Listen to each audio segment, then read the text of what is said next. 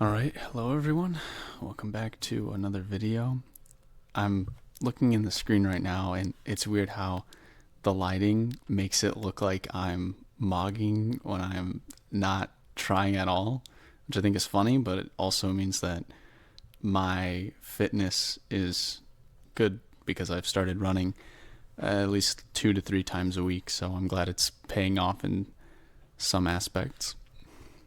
So today I thought we'd come back with a dream log part 4, and I'm gonna skip through a bunch of dreams and go to the one that I had this week because I had 2 dreams and one dream woke me up at like 4:30 in the morning, and then I went back to sleep, and then I ended up having a second dream. So I thought I'd get into that one.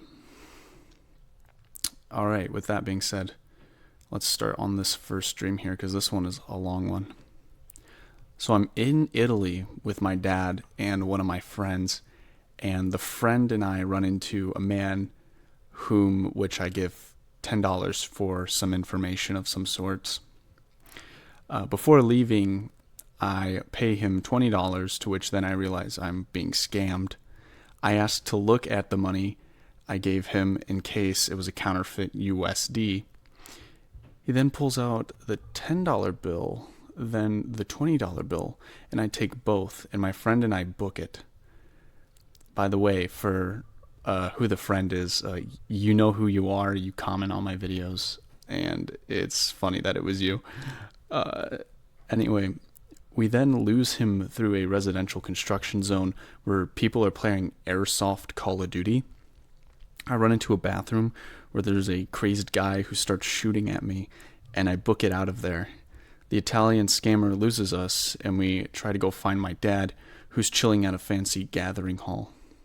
The hall has multiple floors, a beauty boutique in the middle, and many advertisements that are mall-like displays. In the first floor, there is a large sofa. On the ground floor, there's a piano next to the stairs.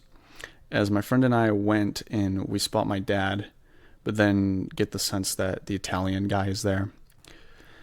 This time he has some acquaintances, a big black guy and a petite white woman.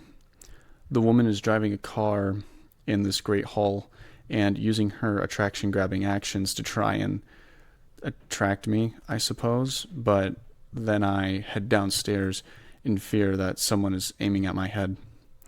Downstairs I feel more safe, but contemplate when the time to go back up would be and to get out of this place. So I go up the stairs, making sure to scan the room as I go. No one's there. It's quiet. Eerily quiet. I approach a door, and at the back of this grand space, the door opens up, and I find myself in a dimly lit room with tables and chairs. At the end of the hallway, there were some of my friends hiding behind some of the tables. As they saw me, they began to rush at me and grab me. I turned to try to open the door behind me, but it was locked, and I knew my fate was sealed. My friends grabbed me, and they gave me their sorries and goodbyes. They threw me into a door at the other end of the hallway. It was then that I realized I had some sort of tire rope in my hands, something able to choke someone out. I crossed the threshold, and although it was a dimly lit room like the previous one, disco lights illuminated my reaper, the black man, at the end of this hallway. His shadow cast toward me, and I immediately noticed a space to the left, a pocket of hope. I stood there with my extrusion of tire and waited for the man to come and try to burn me alive. As he came toward me with his flamethrower, I noticed that he was blind, and so as soon as he swung the torch in the opposite direction of me, I ran. Before I could round a corner, he managed to burn me in the back a bit. Around this corner, I found another door, but it was a bathroom, a dead end. Nonetheless, I scrambled to get atop a trash can and gain height into a jumping position. I then sat and waited for this man to enter into the bathroom to choke him out with the tire. He kicked the door open, and I blink and realize I'm now in the rafters well above him. Did I die? That dream was very, very long and very detailed, but I did enjoy the ride, I guess, that I had where I thought I got scammed, and so I tried to take the money back, but obviously because I was already messing with someone sketchy, they're able to get their goons and try and take me out. Now, for some reason, and don't know why, I felt like I knew what it felt like to get burned in the back by that flamethrower, and I think it's kind of what initially woke me up. Another thing is, again, my dreams are very vivid, so I actually could like draw the layout of the entire dream, the entire path I took. I wonder if I have to mirror this. I think I gotta mirror it. I won't mirror it. It'll just make it easier. I'll do it how I would perceive it in my own head. So the initial place that we started was kind of out in the city, up in this area, and then we track our way down and start running away from the guy as soon as we get that $20 back. And we start going across this, it's almost like a construction lot, but it had a bunch of like already pre-built houses and people were playing airsoft in there. So we make our way down through those houses and then kind of dip back into the main streets of Italy and then enter through a door into this grand hall. And this grand hall is like a huge space, and like I said, there's beauty boutique and stuff, multiple floors. And then above that would be the hallway, and then above that would be the club area or disco room or whatever you wish to call the place with lasers and music bumping in the back. Overall, that dream awoke me at 4:30 in the morning, and so I was like, I need to write this down immediately, and so I literally just started typing it, and then I went back to sleep. And I had another dream, and this one was with me in France.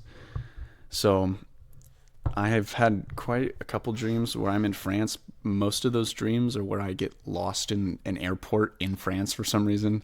I don't know why it's an airport in France specifically, but this one was different.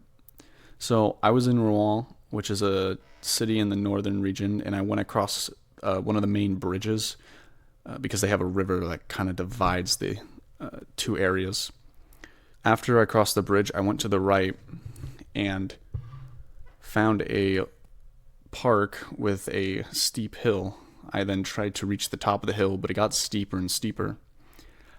I then bargained with a 7-year-old to help pull me up for my Tomodachi prize that I had. He agreed, but after some attempts, he got distracted by a prisoner that was at the top of the hill where a prison was. The kid helped the man escape, and I eventually got myself up the hill. The kid and the prisoner then started to poke fun at me, to which I was on the ground about ready to run. A sexy version of Zelda then came, and then I began to run back down the hill. I believe she was the catalyst to have these people chase me. Anyhow, I ran across the bridge past a tailor shop. So this is going back up towards the train station. If you ever look up Rouen, there's a train station that's up on top of a hill. But I ran across the bridge to go towards that train station, and there was a tailor shop where Daniel Day-Lewis was working, and I kept going back up the hill towards that train station. I don't know why Daniel Day-Lewis decided to make a cameo appearance. He's a great actor. I loved There Will Be Blood. That was a really good movie. But as I'm heading back to the station, this kid was still following me, but I used a cardboard box that I had, and for some reason this cardboard box had one packet of popcorn left in it.